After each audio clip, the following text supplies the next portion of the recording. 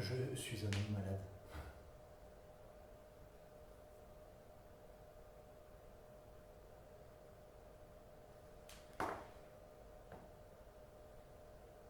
Je suis un homme méchant.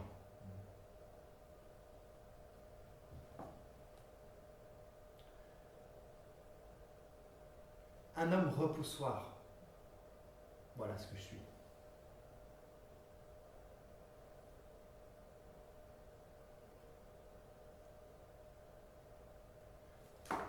De toute façon, ma maladie, j'y comprends rien. J'ignore ce qui me fait mal. Je ne me soigne pas, hein, je ne me suis jamais soigné. Même si je respecte la médecine et les médecins,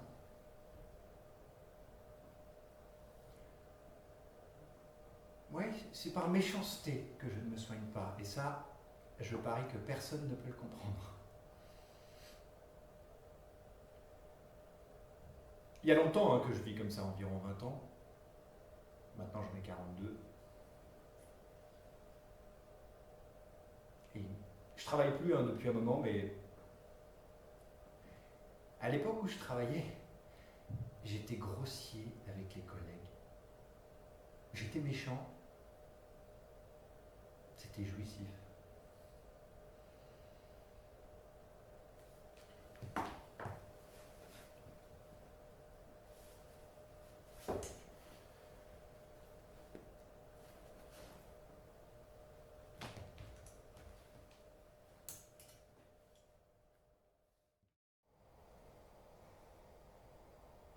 J'ai besoin de me confier à vous.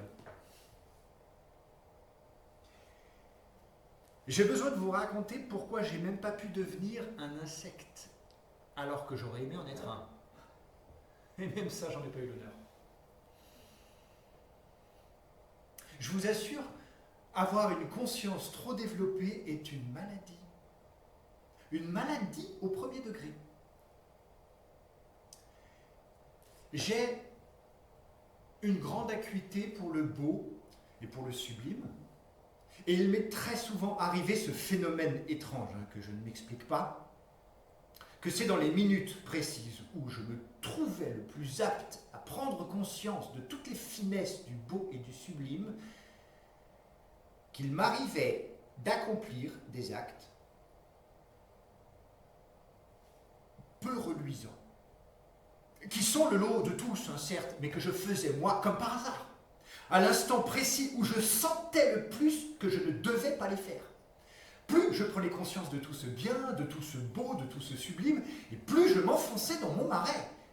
Et plus j'étais capable de m'y noyer complètement, comme si c'était là ma nécessité, comme si c'était là mon état naturel, et non ma maladie, ou mon défaut. De sorte qu'à la fin, j'ai perdu toute envie de combattre ce défaut. Et j'ai cru que c'était ça mon état naturel. Mais au début, ça a été une lutte horrible. Et j'étais incapable de croire que tout le monde était dans le même cas. Je cachais donc ça comme un secret. J'en avais honte. 40 ans de suite, elle reminera jusqu'au plus honteux détail de son humiliation. Et elle en rajoutera à chaque fois des plus honteux, s'entretenant dans sa rage méchante et se moquant d'elle-même avec sa propre fantaisie, et elle ne se pardonnera rien. Et c'est dans ce répugnant, dans ce glacial espoir et désespoir, c'est dans cette inhumation volontaire pendant 40 ans dans un sous-sol, c'est dans la conscience accrue, mais néanmoins douteuse, de l'impasse dans laquelle elle est, et c'est dans le poison de ses désirs insatisfaits qui a fini par pénétrer sa chair. C'est dans cette fièvre, enfin, des valses hésitations, dans des décisions prises pour toujours et dans les remords qui reviennent une minute plus tard, que réside l'essence de la jouissance bizarre dont j'ai parlé auparavant.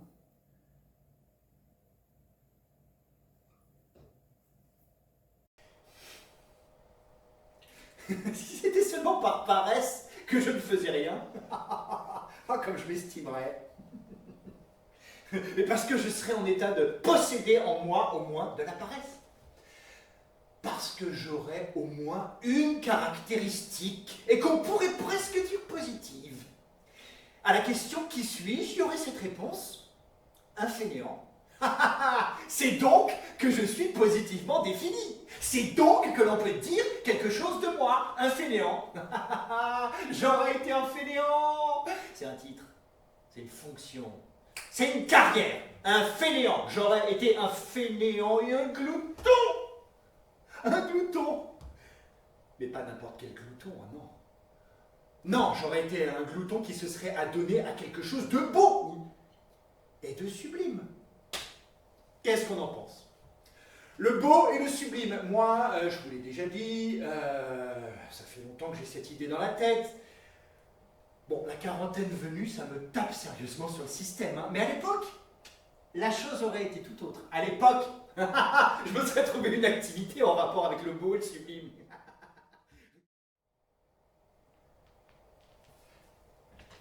Et si les êtres humains n'aimaient pas seulement le bien-être? Et si ils aimaient la souffrance exactement autant? Aimer seulement le bien-être, c'est indécent. Et c'est pas la souffrance que je défends ici, ce que je défends, c'est mon caprice. Et le fait qu'il me soit garanti quand j'en ressentirai le besoin. Moi, je reste persuadé que l'être humain ne refusera jamais la souffrance véritable, c'est-à-dire la destruction et le chaos. Parce que la souffrance, c'est la seule cause de la conscience. Maintenant, j'ai une fantaisie qui m'est rentrée dans la tête et il faut que je la réalise. Du moins, il faut que j'essaie. Il y a dans les souvenirs de chacun des choses qui révélera à personne. Pas même à ses amis intimes, et seulement à sa propre conscience. Et encore, sous le sceau du secret. Mais il y a encore des choses qu'il craindra de révéler, même à sa propre conscience. Et même chez les gens les meilleurs, il y en a une quantité qui s'accumule. Peut-être qu'on pourrait l'énoncer ainsi. Plus les gens sont honnêtes, et plus il y en a des choses à révéler. Moi-même, j'ai décidé que récemment de me rappeler certaines de mes aventures. Jusqu'à présent, je les avais toujours contournées, avec même une inquiétude bien réelle. Mais aujourd'hui, non seulement j'ai décidé de m'en rappeler, mais je veux aussi les formuler, et c'est ça que je veux essayer. Est-il possible d'être entièrement sincère?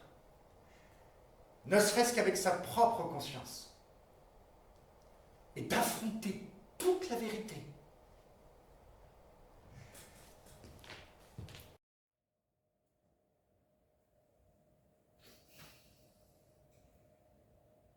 Ces jours-ci, par exemple, j'ai un vieux souvenir qui m'oppresse plus que les autres. Je m'en suis souvenu en détail il y a quelques jours. Et il me quitte plus depuis. Comme un air de musique débile qui reste collé au fond du crâne. Il faudra bien qu'il se décolle, pourtant.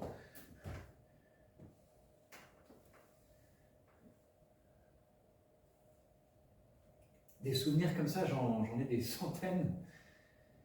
Sauf que dans cette centaine, parfois il y en a un qui se dégage et qui m'oppresse plus que les autres. Je ne sais pas pourquoi, mais il me semble que si je le formule à voix haute, il va se décoller. Pourquoi pas essayer?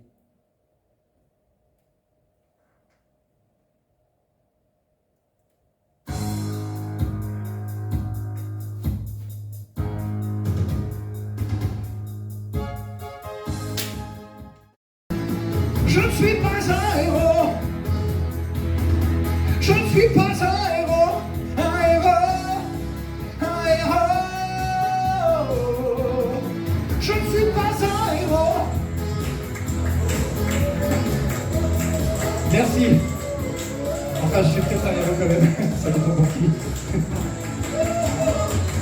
Merci.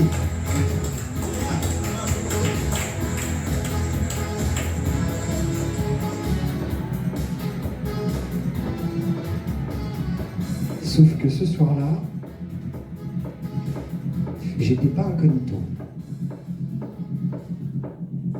4 ancien camarade d'école était là à fêter je sais pas quoi. Il m'avait vu? Ouais. Il s'était foutu de moi? Sûrement.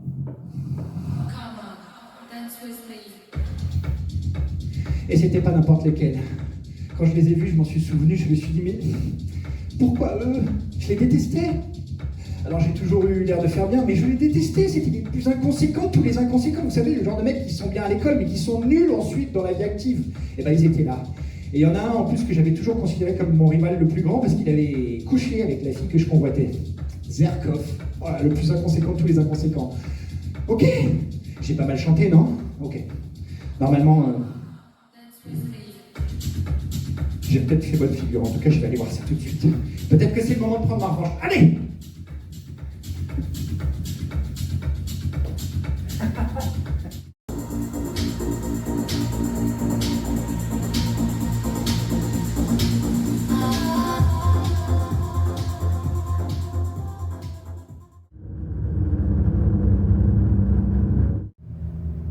Moi, je pense que si l'amour existe au départ, si deux personnes se marient par amour, c'est impossible que cet amour diminue par la suite.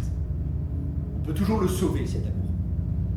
Alors, le premier amour, ça passe, hein, bien sûr, mais c'est un autre, meilleur, qui lui succède. C'est deux cœurs qui se rencontrent, tout est mis en commun. Il n'y a plus de secret l'un pour l'autre. Et puis viennent les enfants, et là, tous les temps, même les plus difficiles, te paraissent un bonheur. Il ne s'agit plus que d'aimer et d'avoir du courage. Même le travail, je suis sûr, devient joyeux. Si tu sens à quel point tu es leur exemple quand ils grandissent, leur soutien, et que si tu meurs, ils porteront avec eux pour toute leur vie tes pensées, tes sentiments, parce qu'ils les ont reçus de toi. Ils prennent ton image, ta semblance. C'est un grand devoir d'être parent, c'est une joie immense, la famille. C'est dit comme dans un livre. Comme dans un livre? Mais je suis sincère.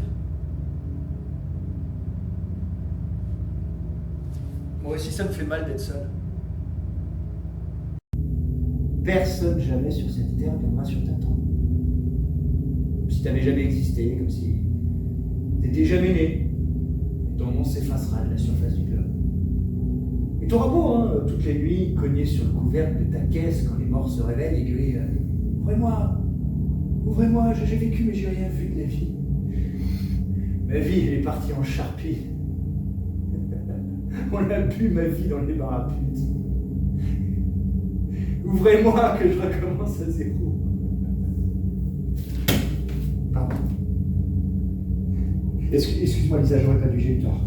Je suis désolé. Tiens. Il y a mon adresse là, tu passes me voir, d'accord? Je vais y aller maintenant. J'y vais. Au revoir. Enfin, adieu.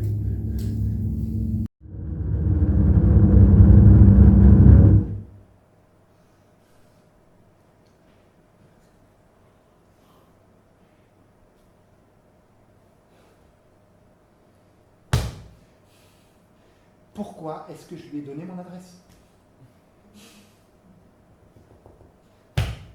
Et si elle venait, Si elle vient,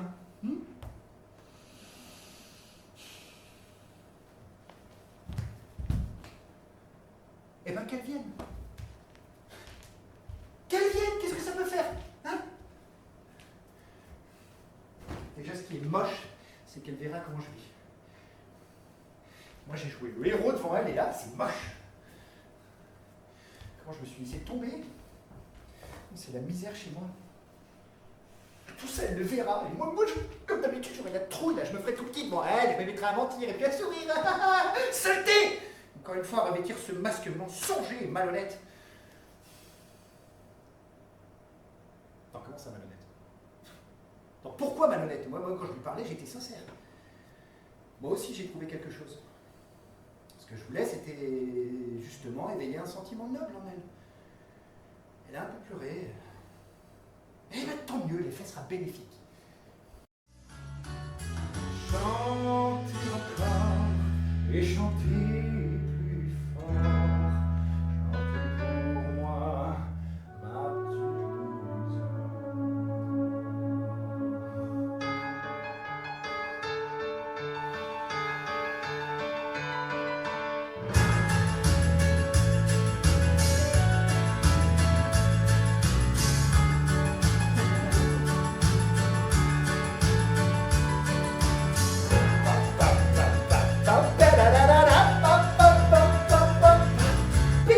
Wow, Lisa, t'es là. Tu me vois dans une situation très bizarre. Qu'est-ce que t'as à rester planté là? Pourquoi tu te tortures? Pourquoi tu restes?